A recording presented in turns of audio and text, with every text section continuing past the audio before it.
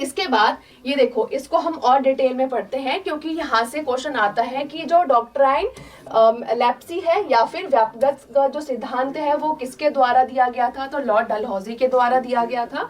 ये किसी भी राजा का अगर पुत्र नहीं है या फिर उसका खुद का पुत्र नहीं है तो वो क्या करेगा, उस राज्य पर अंग्रेज का कब्जा हो जाएगा, यानी कि अंग्रेज उस जमीन को कब्जा कर लेंगे अगर उसकी जो सामने वाले की अगर खुद की संतान नहीं है। तो ये होती है हड़प नीति। दत्तक पुत्र यानी कि गोद लिया गया जो पुत्र है उसको उत्तराधिकारी नहीं माना जाएगा। तो ये यहाँ पे बहुत बड़ी बात थी उस टाइम पे और बहुत लोगों ने इसका विरोध भी किया था, जिसमें से रानी लक्ष्मीबाई एक है।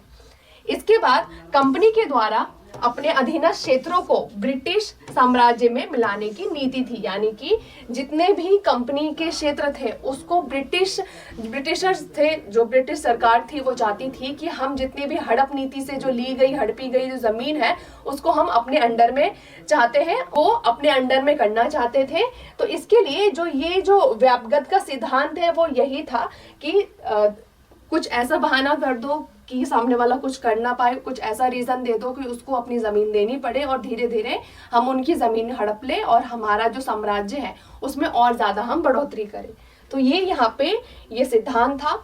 सामाजिक और धार्मिक कारण क्या था, राजनीतिक कारण हमने पढ़ लिया कि अंग्रेजों ने कैसे राजनीतिक तौर पे हमें जो हमारा देश भारत है उस पे राज करना उसने स्टार्ट किया, कैसे उसने माइंडसेट लगाया कि राजनीतिक तौर पे राजनीतिक स्तर पर जाकर हम भारत को कैसे उसका शोषण कर सकते। अब उसके बाद आता है दूसरा कारण, सामाजिक और धार्मिक कारण। इसमें क्या था, भारत के साथ अमानवीय जो व्यवहार है वो किया जाता था, यानी कि जो भारतीय थे उनको मजदूर या फिर अपने कंपनी में ऐसा पद दिया जाता था जैसे चपरासी का हो गया या फिर बहुत लो लेवल का जो स्तर है वो दिया जाता था। उनके साथ अमानवीय जो व्यवहार है वो किया जाता था अंग्रेजों के द्वारा। तो ये भेदभाव होता था हमारे भारतीयों के साथ। उसके अलावा ईसाई धर्म में परिवर्तन है उसका डर लगा। भारतीयों में ये डर था कि अंग्रेज जो कि ईसाई का प्रचार कर रहे हैं, और सबसे पहला जो चार्टर एक्ट आया था 1813 में, इसमें जो ईसाई मिशनरी है उनको इंडिया आने की अनुमति दे दी गई कि आप इंडिया आइए और जो ईसाई धर्म है उसका प्रचार और जो प्रसार है वो आप कर सकते हो। तो इसके तहत जो भारतीय है उनमें ये डर पैदा हो गया कि ये कल को जो हमारा हिंदू धर्म है या फिर जितने भी अलग अलग धर्म के लोग यहाँ पे रहते हैं तो हमारा जो खुद का धर्म है उसको हटा के ये हमें ईसाई धर्म में परिवर्तित कर देंगे। तो ये एक डर था हमारे भारतीयों में। इसके अलावा जो सती प्रथा है उसकी समाप्ति कर देता है, कौन कर देता है, तो लॉर्ड विलियम बेंटिंग। ये मोस्ट इंपॉर्टेंट है कि सती प्रथा का अंत हुआ था 1829 में, किसके द्वारा किया गया था, तो लॉर्ड विलियम बेंटिंग के द्वारा ये किया जाता है।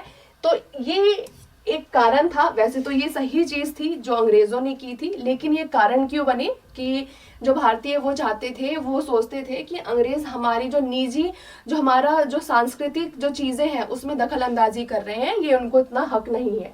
तो ये चीजें विधवा विवाह जो पुनर्विवाह है उस पे भी वो लागू की गई कि जो विधवाएं हैं उनको दोबारा शादी करने की अनुमति दी जाए, उनको भी यहाँ पे हक है। तो यहाँ पे क्या हुआ था 1857 में सबसे पहले जो लॉर्ड डलहौजी है उन्होंने क्या किया, तो विधवा विवाह का जो एक्ट है उसको तैयार किया। पारित किसने किया था यहाँ पे, तो लॉर्ड कैनिंग ने ये पारित किया था। तो दो क्वेश्चन यहाँ से बनते हैं कि विधवा विवाह का जो पूरा एक्ट है उसको तैयार किसने किया था, डलहौजी ने, लेकिन पारित किसने किया, तो लॉर्ड कैनिंग ने पारित किया था। इसमें जो समाज में हस्तक्षेप माना गया, यानी कि ये दोनों जो कारण थे ये धार्मिक, इससे भारतीयों को लगा कि अंग्रेज हमारे जो सांस्कृतिक जो चीजें चलती आ रही हैं हमारे इतिहास से, उस पे अंग्रेज अब उसको चेंज करना चाहते हैं। धीरे धीरे ये हमारे धर्म में घुसकर हस्तक्षेप करना चाहते हैं, जो कि उनको अच्छी नहीं लगी।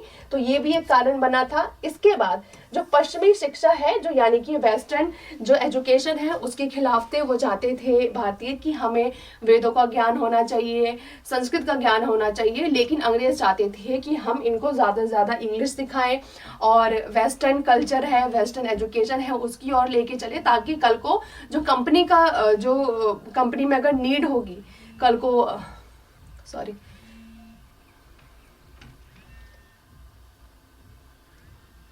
यानी कल को अगर कंपनी को नीड होगी इनकी तो आप यहाँ से इजिली ले सकते हैं, क्योंकि ये खुद की जो स्टडी है वो करवाएंगे, खुद की लैंग्वेज इनको सिखाएंगे भारतीयों को, तो इनको हायरिंग करने में उस टाइम पे इजी होगी। तो ये एक कारण बना था।